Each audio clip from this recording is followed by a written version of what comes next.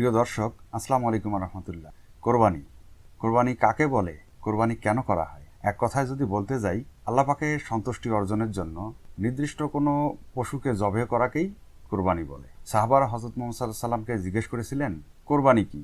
উত্তরে তিনি বলেছেন, কোরবানি হচ্ছে তোমাদের পিতা আদম আলাইহিস সালামের নিয়ম পদ্ধতি, এটাই কোরবানি। এই কোরবানিতে প্রতিটি লোমের বিনিময়ে তোমরা নেকি পাবা। সুবহানাল্লাহ। হযরত ইব্রাহিম আলাইহিস সালামকে আল্লাহ পাক হুকুম করলেন, তুমি তোমার স্ত্রী সন্তানকে রেখে আসো মক্কা নগরীতে। তিনি সেখানে চলে গেলেন। সেখানে ঘর নেই, খাবার নেই, পানি নেই, কিচ্ছু নেই। চারিদিকে শুধু বালু আর মরুভূমি। হযরত হাজরা তাকে জিজ্ঞেস করলেন, ইব্রাহিম, তুমি সামান্য পানি আর খাবার দিয়ে তুমি আমাকে এখানে রেখে যাচ্ছ? কি অপরাধ করেছি আমি? তিনি কোনো কথা বলছেন না। কয়েকবার জিজ্ঞেস করার পর হাজরা বললেন, তাহলে কি তুমি আল্লাহ পাকের হুকুমে আমাকে এখানে রেখে যাচ্ছ? তখন তিনি আঙ্গুল আকাশের দিকে তুলে দেখিয়ে দিলেন। আমরা সবাই জানি ইব্রাহিম আলাইহিস সালাম ৮০ বছর বয়সে একটা পুত্র সন্তান লাভ করেছিলেন। সেই সন্তান আর স্ত্রীকে রেখে আসতে হচ্ছেন, তাহলে তার মনের অবস্থাটা কি? তারপরও তিনি সেখানে রেখে আসছেন। হযরত হাজরা বললেন, ইব্রাহিম, তুমি নিশ্চিন্ত মনে বাড়ি চলে যাও। আল্লাহ পাক আমাকে আর আমার সন্তানকে না খেয়ে মারবেন না। সুবহানাল্লাহ। আল্লাহর প্রতি তার কতটা বিশ্বাস! কোরবানি লোক দেখানো নাকি আল্লাহর জন্য? কোরবানি শুধুমাত্র আল্লাহকে সন্তুষ্ট করার জন্য, মানুষকে দেখানোর জন্য নয়। কিন্তু আমরা আমাদের সমাজে যেটা দেখতে পাই, কোরবানির পূর্বে হাট থেকে গরু কিনে এনে গলায় মালা পরিয়ে গরুটাকে গ্রামে ঘুরানো হয়। আবার কেউ যদি দাম জিজ্ঞেস করে, তাহলে গর্বের সহিত বলা হয়, এত টাকা দিয়ে কিনেছি। এটাকে আপনি কোন দৃষ্টিতে দেখবেন? এটা আপনি কেন করবেন? সম্পূর্ণ নিন্দনীয় একটা কাজ। যদি এভাবে কোরবানি করা হয়, সেই কোরবানি কবুল হবে কিনা এটা আল্লাহ পাকই ভালো জানেন। আল্লাহ পাক বলেছেন, মানুষকে দেখানোর জন্য কোনো দান সদকা করো না। প্রকাশ্যে দান করা ভালো, কিন্তু গোপনে দান করা সবচেয়ে উত্তম। হ্যাঁ, আপনি প্রকাশ্যে দান করতে পারেন। যদি আপনাকে দেখে অন্য কেউ দান করার জন্য উদ্বুদ্ধ হয়, তাহলে আপনি প্রকাশ্যে দান করতে পারেন। সেই ক্ষেত্রে প্রকাশ্যে দান করা ভালো, কিন্তু গোপনে দান করা সবচেয়ে উত্তম। আল্লাহ পাক বলেছেন, তোমরা যারা গোপনে দান করবা, তোমাদের এই গোপনে দান করার কারণে তোমাদের সমস্ত গোপন গুনাহগুলো আমি মাফ করে দিব। সুবহানাল্লাহ। কোরবানি তো আসলে গোপনে হয় না। কোরবানির নিয়তটা আসলে গোপনেই হয়, কিন্তু কোরবানিটা প্রকাশ্যে করা হয়। তা আমরা এমন কোনো কাজ করব না যেটাতে নিয়তে গড়বড় হয়ে যায়। নিয়তটা হবে একদম সহি, আর কোরবানিটা হবে আল্লাহ পাকের উদ্দেশ্যে। আল্লাহ পাক আমাদেরকে বোঝার তৌফিক দান করুন। কোরবানি কারা দেবে? এক কথায় বলতে পারি, যাদের সামর্থ্য আছে তারাই কোরবানি দেবে। সামর্থ্যবান যারা আছেন তাদের এ থেকে কোনো ছাড় নেই, কোরবানি তাকে দিতেই হবে। ইবনে মাজার হাদিসে আবু হুরাইরা বর্ণনা করেছেন, নবীজি বলেছেন, যার সামর্থ্য থাকা সত্ত্বেও কোরবানি দেয় না, সে যেন আমাদের ঈদগাহের কাছেও না আসে। খুবই মারাত্মক কথা। কোরবানির দিন আল্লাহর কাছে সবচেয়ে পছন্দনীয় আমল হচ্ছে পশুর রক্ত প্রবাহিত করা, যেটা কোরবানির উদ্দেশ্যে করা হয়। ওই দিন এর থেকে পছন্দনীয় আমল আর কোনোটা নেই। কোরবানি হচ্ছে শুধুমাত্র আল্লাহর জন্য উৎসর্গিত এবং মানবতার কল্যাণে নিবেদিত। এখানে কথাটা বুঝতে হবে, আমি যে কোরবানিটা দিচ্ছি এটা শুধুমাত্র আল্লাহর জন্য উৎসর্গিত। কোরবানিটা শুধুমাত্র আল্লাহর উদ্দেশ্যে। আর এই কোরবানিটা যে দিলাম, এই কোরবানি দিয়ে তো আল্লাহকে আমরা দিয়ে দেই না, এটা মানবতার কল্যাণে নিবেদিত। অর্থাৎ কোরবানি যে দিলাম, দিয়ে আমি এখন মজুত করব, এইটা আল্লাহ বলেনি। আল্লাহ পাক বলেছেন, নিজে খাও এবং দুস্থ মানবতার সেবায় ব্যবহার করো। অর্থাৎ গরিব দুঃখী মানুষ, আমাদের আশেপাশে যে মানুষগুলো থাকে, আবার আত্মীয় স্বজন, সকলকে দিয়ে খেতে হবে। আমি একাই খাবো এটা বলেনি। আমাদের মধ্যে অনেকে আছে সারা বছর জুড়ে মাংস খায় না, খেতে পারে না। তারা এই কোরবানির দিনে শুধুমাত্র মাংসটা খাওয়ার সুযোগ পায়। আর এই আইনটা যিনি স্রষ্টা, তিনি আমাদেরকে দিয়েছেন। আল্লাহ পাক আমাদের সকলকে হেদায়েত করুন, আমিন। কোরবানি কার নামে করতে হবে? কোরবানি করতে হবে শুধুমাত্র আল্লাহর নামে। আল্লাহ ব্যতীত অন্য কারো নামে কোরবানি করা শিরক। আমরা আমাদের সমাজে অনেক সময় দেখি কারো নামে কোরবানি করা হয়। এটা করা যাবে না। কোরবানিটা হবে শুধুমাত্র আল্লাহর নামে। কোনো মানুষ বা অন্য কোনো কিছুর নামে কোরবানি দেওয়া যাবে না। তবে হ্যাঁ, এখানে একটা কথা বলতে হবে, আমার পক্ষ থেকে আল্লাহর রাহে, মানে অর্থাৎ কোরবানিটা হবে আমার পক্ষ থেকে আল্লাহর রাহে। এই কথাটা বলতে হবে যে কোরবানিটা আমার পক্ষ থেকে বা অমুকের পক্ষ থেকে আল্লাহর রাহে, এই কথাটা এখানে বলতে হবে। কিন্তু কারো নামে কোরবানি কোনোভাবেই দেওয়া যাবে না, এটা একদম শিরক। নিয়তটা কেমন হবে? নিয়ত হবে সহি, আর নিয়তে কোনো প্রকার ভেজাল থাকা যাবে না। নিয়তটা হবে শুধুমাত্র আল্লাহর জন্য। কোরবানি দেওয়ার শর্তগুলি কি কি? নামে মাত্র মুসলিম হলে বা খাতা কলমে নাম মুসলমান থাকলেই হবে না, আগে আমাদেরকে মুসলমান হতে হবে। তাহলে মুসলমান হব কিভাবে? এখানে একটা প্রশ্ন আসে যে তাহলে কি আমরা মুসলমান নই? হ্যাঁ, এখন এই জায়গায় আসেন যে মুসলমান হব কিভাবে। সপ্তাহে একদিন মসজিদে গেলাম, বছরে 2টা ঈদের নামাজ পড়ার জন্য মাঠে গেলাম, আর মুসলমান হয়ে গেলাম? বিষয়টা এমন নয়। লোক দেখানো ইবাদত বা কোরবানি কোনোটাই কবুলিয়তের কোনো সম্ভাবনা নাই। আমি কোরবানি বা আমি যদি আল্লাহর ইবাদত করি লোক দেখানোর জন্য, কোনোটাই কবুল হওয়ার সম্ভাবনা নাই। এখন তারপরও যদি আল্লাহ পাক কবুল করেন, সেটা আল্লাহর ইচ্ছা। সূরা কাউসারের 2য় আয়াতে বলা হয়েছে, ফাসাল্লি রাব্বিকা ওয়ানহার, তোমার রবের উদ্দেশ্যে নামাজ আদায় করো এবং কুরবানি দাও। এক কথায় বলা যায়, কোরবানি দেবে সালাতওয়ালারা, অর্থাৎ নামাজ, রোজা, হজ, যাকাত যারা করেন কোরবানি দেবেন তারাই।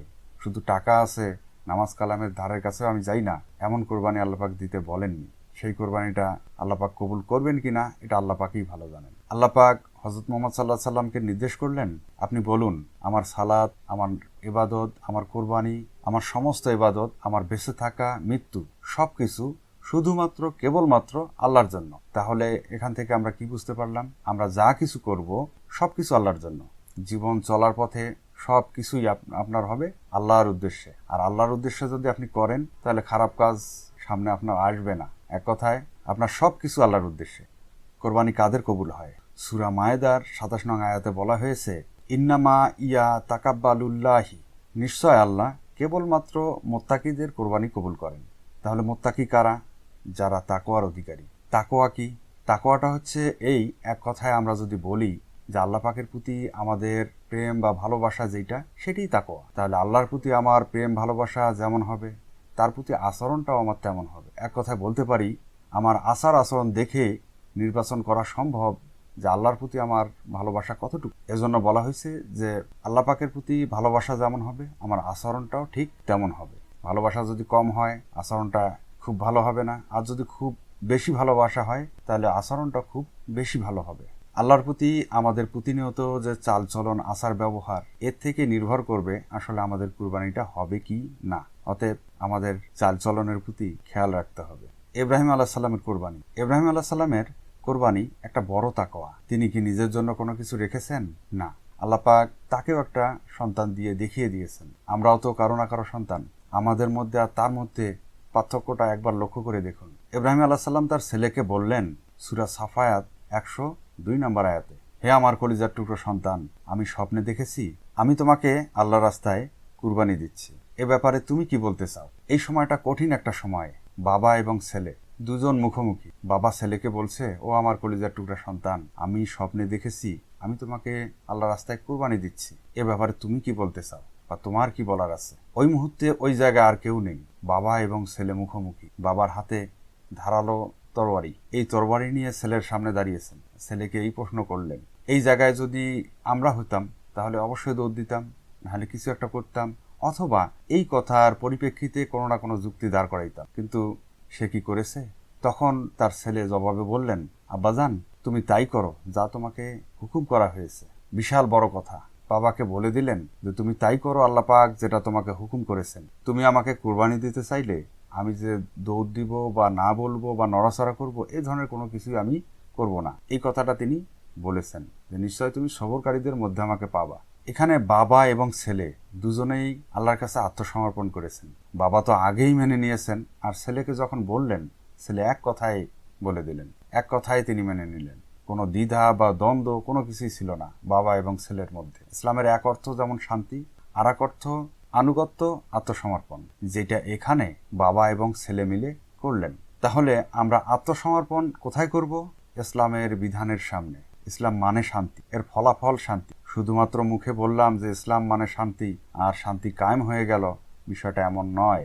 ইসলাম মানে যে শান্তি, এটা প্রমাণ হয়ে গেল এখানে বাবা এবং ছেলের মধ্য দিয়ে। বাবা তো আগেই মেনেছে, এবং ছেলেকে যখন বলা হলো, ছেলে এক বাক্যে মেনে নিল। তারা দুজনেই একসঙ্গে মাথা নত করল। বাবা আর ছেলে যখন কোরবানির জন্য রেডি, তখন আল্লাহ পাক সূরা সাফায়াতের 103 নম্বর আয়াতে বললেন, ফালাম্মা আসলামা ওয়া তাল্লাহুলিল জাবিন, বাপ এবং ছেলে দুজনেই আত্মসমর্পিত হলো। সুবহানাল্লাহ। এখানে একটা ব্যাপার লক্ষ্য করুন। ইব্রাহিম আলাইহিস সালাম তার ছেলেকে কি কোরবানি দিয়েছিলেন বা সে কি কোরবানি হয়েছিল? না, কোনোটাই হয়নি। কিন্তু সে যে মন থেকে কোরবানির জন্য রেডি হয়েছিল, বাবা এবং ছেলে দুজনেই, এটাই আল্লাহর কাছে পছন্দ হয়ে গিয়েছিল। আল্লাহ এটাই কবুল করে নিয়েছেন। আল্লাহ পাক তখন বললেন, থাক, আর লাগবে না। এখানে সম্পূর্ণ কোরবানিটা ছিল আল্লাহকে সন্তুষ্ট করার জন্য। পাশে কেউ ছিল না, শুধুমাত্র আল্লাহকে সন্তুষ্ট করার জন্য বাবা এবং ছেলে দুজনে মিলেই কোরবানি দেওয়ার জন্য এবং কোরবানি হওয়ার জন্য রেডি। তখন আল্লাহ পাক বললেন, ইব্রাহিম থাক, আর লাগবে না। আল্লাহ পাক বললেন, ইব্রাহিম তোমরা বাবা এবং ছেলে মিলে স্বপ্নটাকে তো সত্যি করেই ফেললা, থাক, আর লাগবে না। এরপরে আল্লাহ পাক বললেন, এটা ছিল একটা বিরাট ব্যতিক্রম একটা পরীক্ষা। আমি ব্যতিক্রম একটা কোরবানির মধ্য দিয়ে তোমার ছেলেকে বাঁচিয়ে দিলাম, আর সারা বিশ্বে এই ঘটনাকে চিরস্মরণীয় করে দিলাম। আল্লাহ পাক বললেন, সালামুন আলা ইব্রাহিম, ও ইব্রাহিম তোমাকে আমার সালাম। সুবহানাল্লাহ। আল্লাহ পাক এখানে ইব্রাহিম আলাইহিস সালামকে নিজে সালাম জানালেন। তাহলে একদিকে ইসলাম অর্থ হচ্ছে শান্তি, আর একদিকে ইসলাম অর্থ হচ্ছে আনুগত্য, আত্মসমর্পণ করা। অপরদিকে আত্মসমর্পণের বিনিময়ে শান্তি অর্জিত হয়, যেটা এখানে আল্লাহ পাক দিলেন। আসুন আমরা আল্লাহর প্রেমে উদ্বুদ্ধ হই, তাওহীদের ভিত্তিতে শিরক মুক্তভাবে যেন কোরবানি দিতে পারি। আল্লাহ পাক আমাদেরকে কবুল ও মঞ্জুর করুন, আমিন। কোরবানির সময় পশুর সঙ্গে আচরণ কেমন হবে? হযরত মুহাম্মদ সাল্লাল্লাহু আলাইহি ওয়াসাল্লাম নিজ হাতে কুরবানি দিতেন, সেহেতু আমাদেরকে চেষ্টা করতে হবে কোরবানিটা নিজ হাতে দেওয়ার। কোরবানি দেওয়ার সময় লক্ষ্য রাখতে হবে পশুটা যেন কষ্ট না পায়, খুব কম কষ্টে যেন কোরবানিটা দেওয়া যায়। আবার অনেক সময় আমরা কি করি, কোরবানি দিয়েছি বা জবাই করেছি, গলায় ছুরি চালানোর পর রক্ত প্রবাহিত হচ্ছে, এমত অবস্থায় যাতে তাড়াতাড়ি পশুটির মৃত্যু হয়, ছুরির মাথা দিয়ে গলার ভিতরে মেরুদণ্ডের হাড়ের মধ্যে আঘাত করা হয়, এতে করে পশুটা খুব জোরে সোরে নড়ে ওঠে। এটা করা যাবে না। কেন করা যাবে না? যখন মেরুদণ্ডের হাড়ের মধ্যে আঘাত করা হবে এবং মেরুদণ্ডের ভিতর দিয়ে একটা রগ আছে, এই রগটায় যখন আঘাতপ্রাপ্ত হয়, পশুটার সঙ্গে সঙ্গে হার্ট অ্যাটাক করে, অর্থাৎ তার যে রক্ত প্রবাহিত হচ্ছিল এই ধারাটা ব্যাহত হয়, এই ধারাটা ওই পর্যায়ে থাকে না। তার যে রক্ত প্রবাহিত হচ্ছিল বা হচ্ছে, এমত অবস্থায় যদি হার্ট অ্যাটাক করে, তখন মাংসপেশিতে কিছু রক্ত আটকে যায়। হালাল পশুর মাংস যেমন আমাদের শরীরের জন্য উপাদেয়, তেমনি রক্তটা তার থেকে দ্বিগুণ ক্ষতিকর। আমাদেরকে এই বিষয়গুলো খেয়াল রাখতে হবে। যেমন মুরগি জবাই করার সময় যদি মাথা আলাদা হয়ে যায়, তখন কিন্তু সেটা আমাদের জন্য মাকরুহ হয়ে যায়। এখানে বুঝতে হবে, আপনারা সার্বিক সাইড লক্ষ্য রেখে খুব যত্নের সহিত পশুটাকে কোরবানি দেবেন। আল্লাহ পাক আমাদের কোরবানিকে কবুল করুন, আমিন। প্রিয় দর্শক, আপনাদের মতামত কমেন্টসে জানান। আপনারা যারা আমার ভিডিওটাকে দেখছেন কিন্তু চ্যানেলটিকে এখনো সাবস্ক্রাইব করেননি, দয়া করে চ্যানেলটিকে সাবস্ক্রাইব করে দেবেন, পাশে থাকা বেল আইকনটাকে চেপে অল করে দিন, যাতে করে আমার নতুন ভিডিওগুলো খুব সহজে আপনারা পেয়ে যান। আজ এ পর্যন্তই, দেখা হচ্ছে আগামীতে নতুন কোনো ভিডিও নিয়ে। সে পর্যন্ত সবাই ভালো থাকবেন, সুস্থ থাকবেন। আল্লাহ হাফেজ। আসসালামু আলাইকুম ওয়া রাহমাতুল্লাহ।